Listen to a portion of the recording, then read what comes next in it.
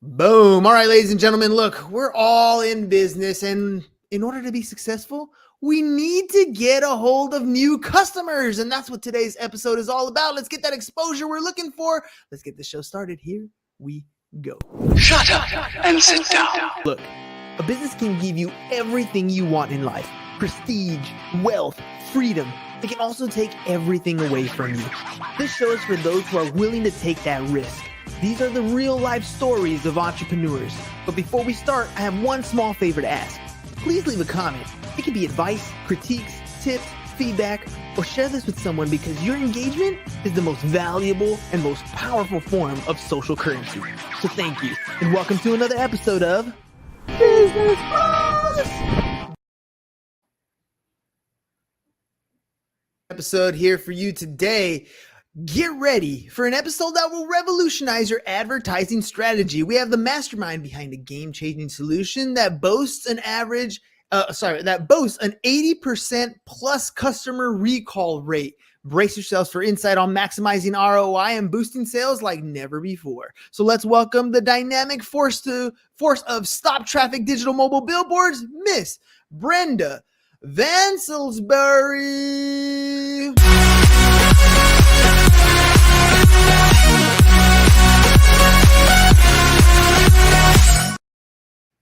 Vansalisbury. You almost did it. Now you almost did it. And then afterwards, I'm like, yeah, I butchered that one. My apologies for that. Brenda, thank you and welcome to the program. Thank you. All right, let's do this thing.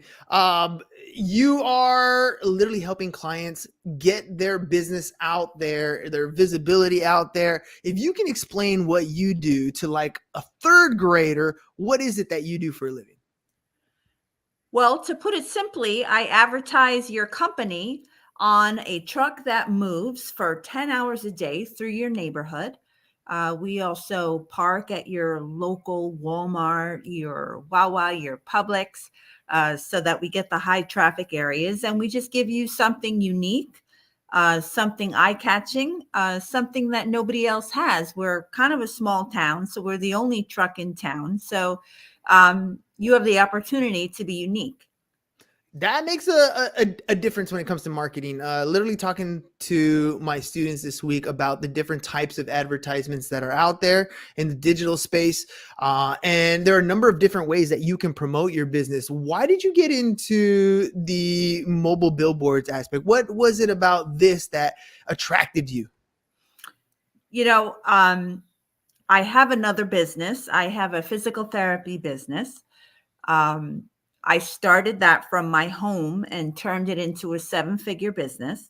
Nice. And while I was doing that, we had season tickets to the Lightning hockey club in Tampa. And that's a pretty big city. And we were in Tampa all the time, and they had these trucks everywhere, and they were huge. And I would drive behind them, and I would just start counting how many customers they had on the truck, and my wheels would start turning. And my physical therapy clinic specializes in aquatic therapy. And that was a gut, because there's no aquatic therapy companies where I am.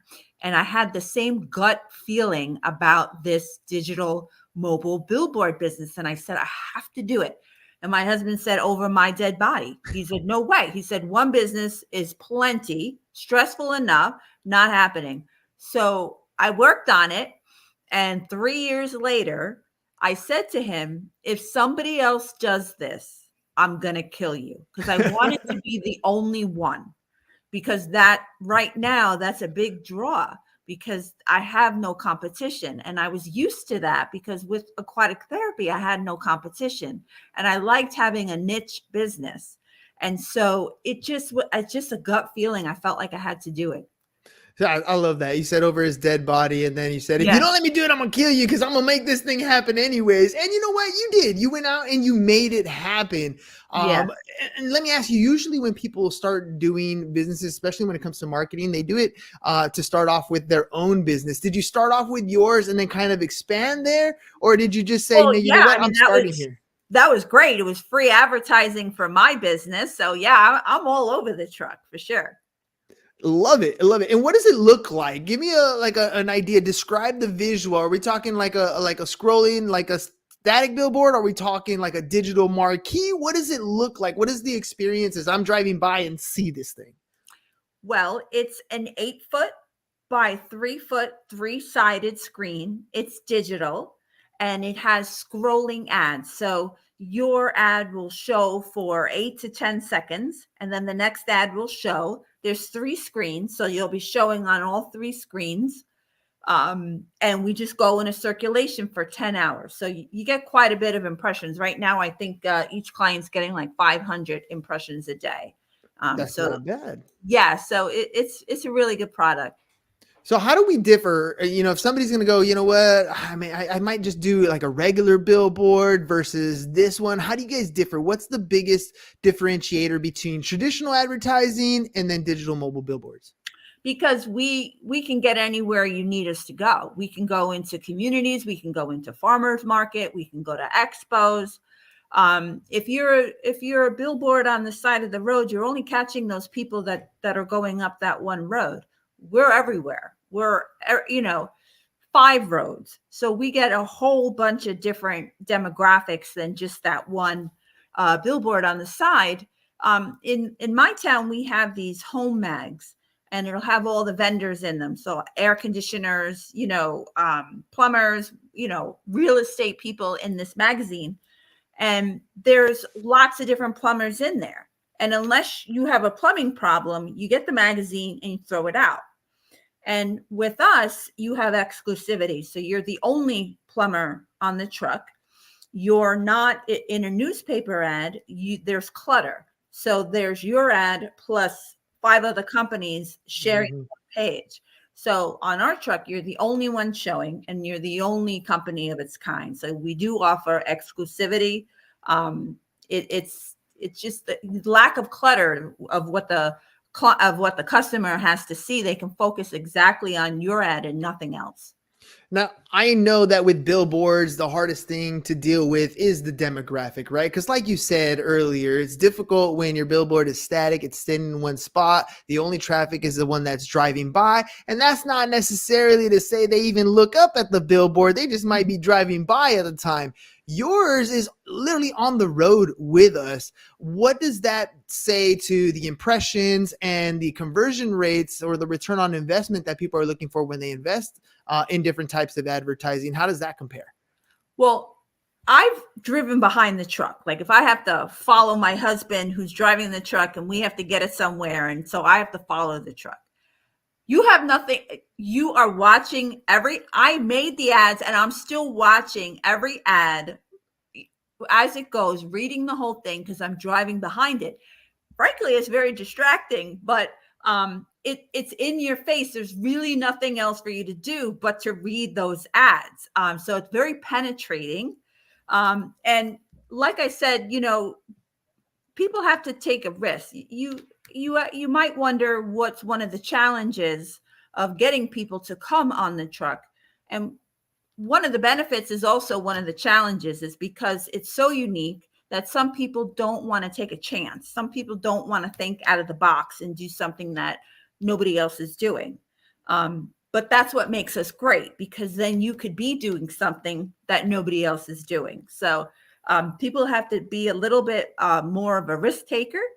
But true entrepreneurs we like to take risks. 100%. Scared money don't make money, right? That's what we've always heard. Let me ask you about the areas that you tend to drive around. I mean, obviously this is cool when you're in a static location, like you have an event that's outdoors, you can park this up and have your stuff being promoted. It looks really cool.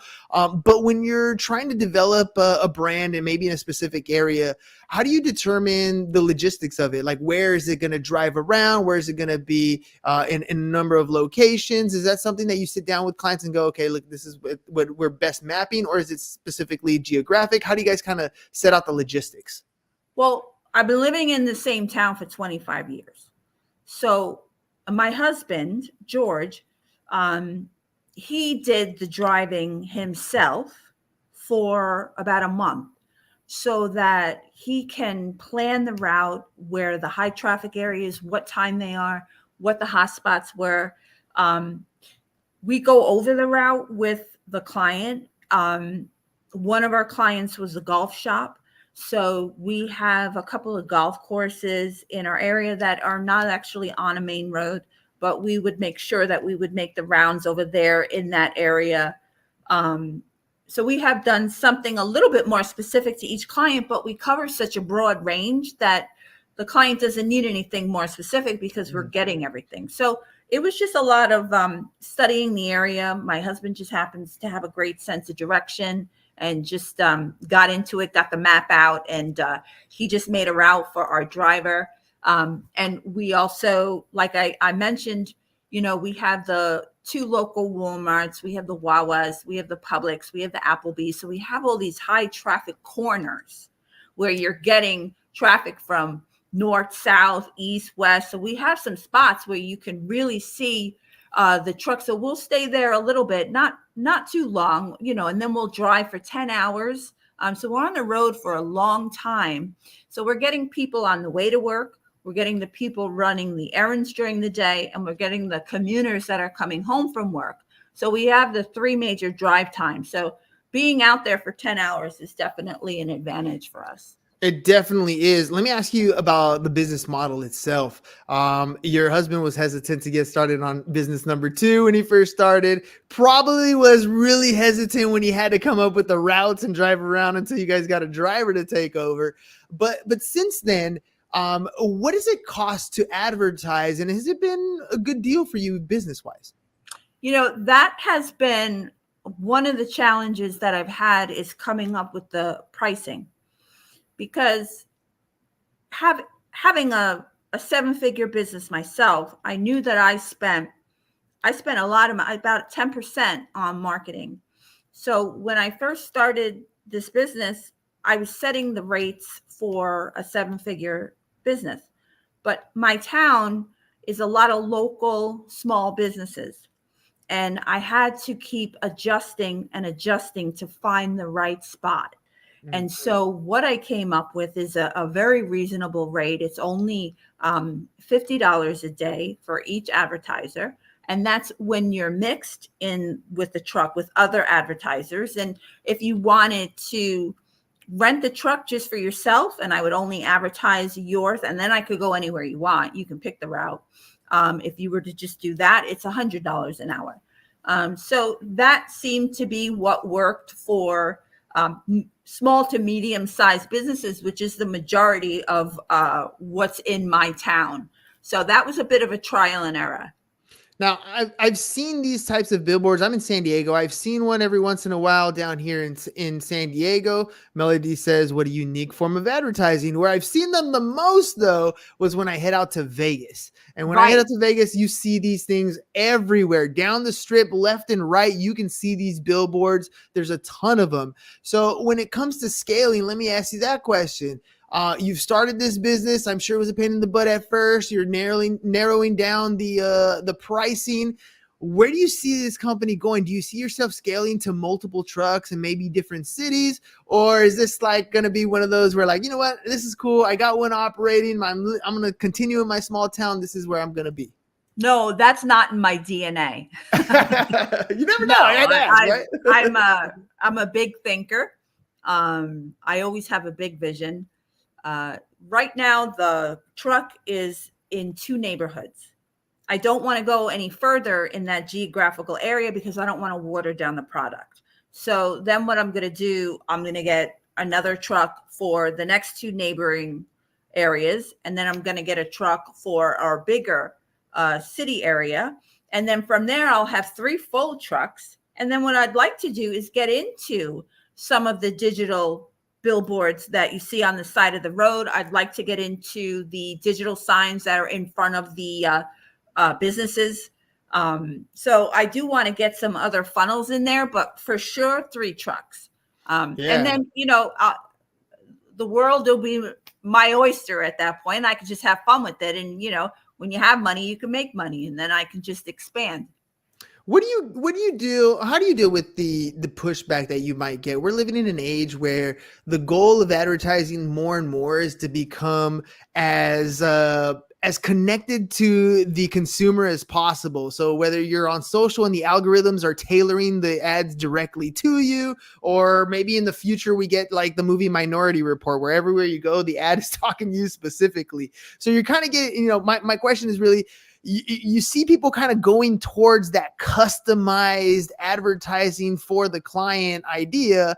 And yet we're back here with the billboards where we get the exposure, but not necessarily the target. How do you counteract that pushback when people are talking about their marketing campaigns? Well, it's a tricky situation because we don't have a lot of time for the impression on the truck. So it has to be very succinct. It has to be a short message. It has to be 5-6 words that are branding you. What we do is we create a short URL for a landing page that will then that's how we'll track the metrics for them. We'll see what phase the conversion is in as well, and just keep track of that. But it has to be. It can't be wordy. It can't have too many services in it. It just has to be. It really has to be perfect. You really can't have long marketing messages on the truck. But it works. That's for sure. We have really good return on investment from our clients. It's definitely taking off. I've noticed this year, especially when the Super Bowl came, there were commercials that have QR codes. You're starting to see that a lot more, just because of the accessibility. It's also the quickness of like, there's a billboard. Let me get the information I need to, and can kind of keep going. Is there a specific industry that you think is more successful, and do you think they're using quick things like short URLs or QR codes? Do you think those things help increase conversion for those industries that you think are best suited for this type of advertising? Well, I like the QR code because if you're driving, you could just simply take out your phone and put the camera up there. So we're limited. The reason why we do the short URL is because you're driving. You can't get a pen and a paper. You can't write it down. Phone numbers, unless you get your camera out and take a picture. Yeah. Not too much your phone number, because you can go home and Google it. So what we need is that short URL, something that you're going to remember, billboards.com, just like that. But the QR codes, I think, are great for everybody. Agreed. So if there's somebody who's maybe considering doing something like this, some sort of mobile billboard advertising, and it's their first time, they don't quite know what to expect, they don't quite know what it is exactly, but they got a general idea. What advice would you give to an entrepreneur thinking about investing in mobile billboards? Well, I would say, if you're not in a big city or in Vegas, where they're everywhere, and they're huge trucks in Vegas. They're like $150,000 trucks. If you could be in a smaller town, and this is something you want to do, doesn't have to cost a lot of money. Just get a smaller truck. It's the only one, so it's still cool. You don't have to compete with, you don't have to spend 6 figures on a truck. So buy something inexpensive, because it's going to be the only one. So it'll have just the same effect. And what I wish I would have done more is analyze the scale of the businesses that were in the area, and just sort of save myself a lot of time with all of that trial and error, trying to find the right price, by doing your research ahead of time and seeing what the revenue is for the average business in your town. Are they $8,000? Are they $30,000? And you have to work to your market. It wasn't what I wanted to get from each client, but now I have the volume of clients. So it's really doing your research. Don't spend a lot of money on it. And honestly, this kind of thing, with me being the only one in town, I didn't have anything to go off of. So I'm kind of a learn as you go kind of person, trial and error. And that's how I learned. That's how I built my other business. And that's just, you got to try it. If it doesn't work, you got to try something else. You got to be fluid. You got to keep moving. You got to keep trying different things. If it doesn't stick, you got to move to the next thing. So you can't be too focused on one way. You have to keep trying different ways and find out what works. So Brenda, I don't think we mentioned this at the beginning, but you're specifically in a geographical area. That's kind of the downside to the mobile digital business, right? Is that it is stuck geographically until we open up different locations in different areas. So if you have potential clients that maybe want to get in touch with you, find out more information on what you have, maybe maybe they're interested in getting into the business, or they're in your area and they're interested in actually getting onto your truck, how could they do that? The best way is to always email me. I'm always on my email, but you don't have to just be from my area to advertise on my truck. We have a lot of national companies that have a broad spectrum of customers from all around the country. So if this is someplace you want branding for your company, even if it's not in Florida, even if it's in California, then we would be a good choice too. So it doesn't have to just be from my local town. But my local town right now for this truck is Sarasota County and Charlotte County. Those are the two areas that I'm in right now. And then, like I said, the immediate goal is to have 2 other trucks, and that'll be in 4 other towns. All right. And your email address is CEO@stoptrafficdigitalmobilebillboards.com. That is the email address. The website scrolling across the bottom is www.stoptrafficdigitalmobilebillboards.com. And same thing for the social. So you guys can hop on there. Brenda, thank you very much for coming on the show. Any pearls of wisdom that you can share with young entrepreneurs? I teach a class called Financial Algebra, so I got a lot of 17-year-old budding entrepreneurs who are, some of them are just at the very beginning, don't know what they're going to be doing. Some of them are super excited to dive in. What advice would you give a 17-year-old kid about to start life as an adult, maybe as an entrepreneur? Think big. There's nothing you can't do. Don't let anybody put your fire out. If you have a gut feeling that this is something that's going to work, go for it and hustle. You're young, put the work in, put the sweat in, 70, 80 hours a week. You're 17. Go ahead and do it. Make $1 million. Once your business is where you want to be, then you can relax, but do the hustle now. Don't let anybody tell you can't do anything, because if you put your mind to it, there's nothing you can't do. So I would say, think big. Brenda, I explained to my students that oftentimes a lot of that people telling you can't do stuff comes from the people who care about you the most. It's usually because you have a vision of where you want to go in life and they just can't see that vision clearly. I'm wondering, did you have kind of a similar experience where maybe your loved ones are telling you what you should do in a certain way because they believe it's the best option for you, but not necessarily giving you the boost you need to keep going?